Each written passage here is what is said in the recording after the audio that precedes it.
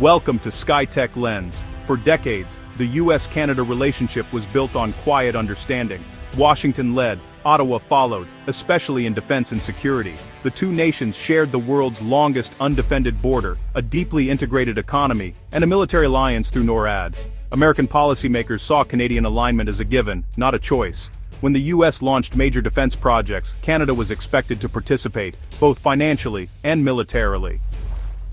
The F-35 Joint Strike fighter program epitomized this expectation. Canada was a key partner, its Air Force seemingly destined to fly the same jets as the US. But the Trump era shook Ottawa's faith in American reliability, sparking a new focus on Canadian autonomy and national interest.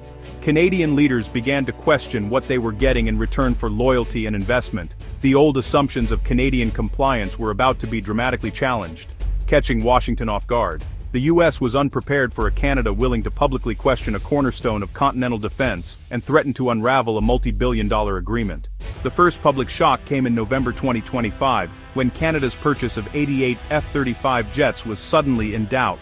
Prime Minister Mark Carney's government openly questioned the $27.7 billion program, even as the first jets were already being built.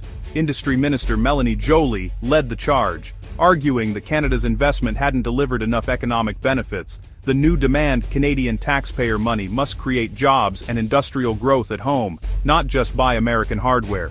The debate shifted from cost and capability to economic sovereignty and industrial benefits. Canada was no longer just a customer, it wanted to be a true partner, demanding a fair share of the economic pie. Defense Minister David McGuinty confirmed Ottawa was exploring alternatives, including a mixed fleet. This public stance turned a minor disagreement into a full-blown crisis, challenging the very premise of the Joint Strike Fighter partnership. By threatening to walk away, Canada sent a clear message: loyalty could no longer be bought cheaply. Washington and the US defense industry were forced to reckon with a new, assertive Canada. The crisis prompted an extraordinary public plea from US Ambassador Pete Hoekstra. His speech, stripped of usual diplomatic confidence, urged Canada to honor its F-35 commitment, framing it as vital for military alignment. Hoekstra's anxious tone revealed deep American fears of losing Canadian alignment.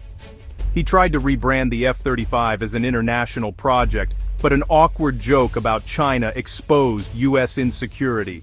The ambassador's message shifted from plea to warning, hinting at economic consequences and tariffs.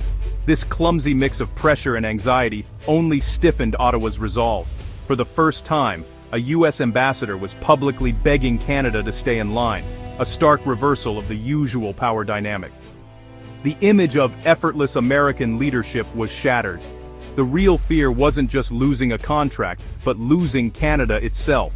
As Ottawa's dissatisfaction peaked, a Swedish delegation arrived with a bold alternative: the Saab Gripen E. Led by King Carl XVI Gustaf and Defense Minister Pål Jonson, the Swedes offered more than a jet. They proposed a strategic partnership.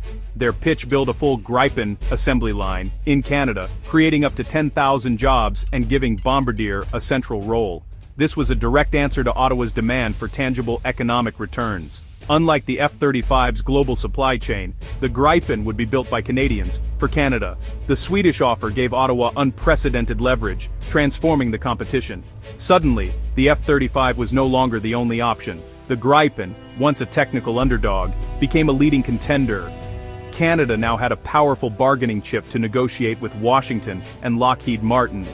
The Americans faced the real possibility that Canada might choose a different path. The Gripen proposal resonated because it promised jobs and sovereignty, two top Canadian priorities. Building the jets in Canada, with Bombardier's involvement, meant real high-skilled jobs, not vague supply chain promises. More importantly, the Gripen offered operational independence. No US permission needed for upgrades or munitions. For a country wary of US control, this was a powerful selling point. The jet's rugged design suited Canada's harsh Arctic, allowing quick refueling and rearming in remote locations.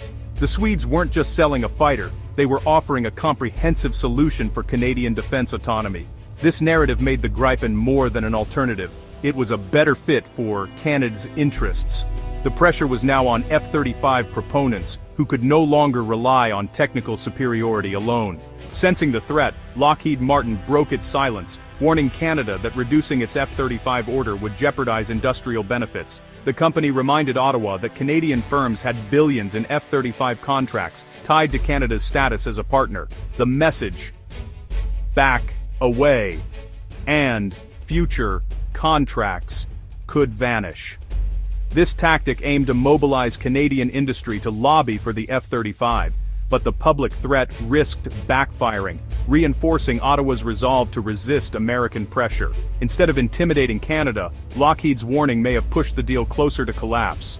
Beneath the jet dispute lies a deeper conflict: control over critical minerals, especially rare earths. These resources are essential for modern tech and defense, from F-35 sensors to EV batteries. The US long assumed privileged access to Canada's vast, stable reserves, a quiet rule of the partnership. But Canada's assertiveness now threatens that assumption. As Ottawa diversifies trade, Washington fears Canadian minerals could go to rivals, especially China. The F-35 fight is a proxy for this larger resource struggle.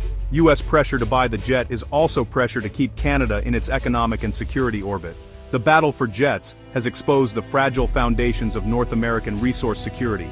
The F-35 dispute, the Gripen offer, and the minerals struggle mark a profound shift in North America. Canada is no longer a passive ally, but an assertive middle power leveraging its position for its own gain. The US must now negotiate with Canada as a peer, not a subordinate. Old levers, solidarity appeals, and economic threats are losing their power. Ottawa's willingness to challenge a cornerstone defense program shows new confidence. Canada is learning to balance US ties with new opportunities in Europe and Asia. For Washington, the era of taking Canada for granted is over. The future of the partnership will be defined by mutual respect and clear-eyed national interests. The F-35 fallout marks the end of an era. Canada is stepping out of America's shadow to chart its own course. The dispute is about more than jets. It's a declaration of independence in foreign and economic policy. Washington's anxious response shows how much the dynamic has changed. Canadian loyalty is no longer guaranteed. It must be earned through equitable partnerships. Canada's focus on jobs, minerals, and sovereignty is a cohesive strategy for resilience. The US is learning that its closest friend is now a partner of equals, ready to lead its own way. The North American relationship isn't broken, but it has irrevocably changed. Thanks for watching. Subscribe the channel for more updates.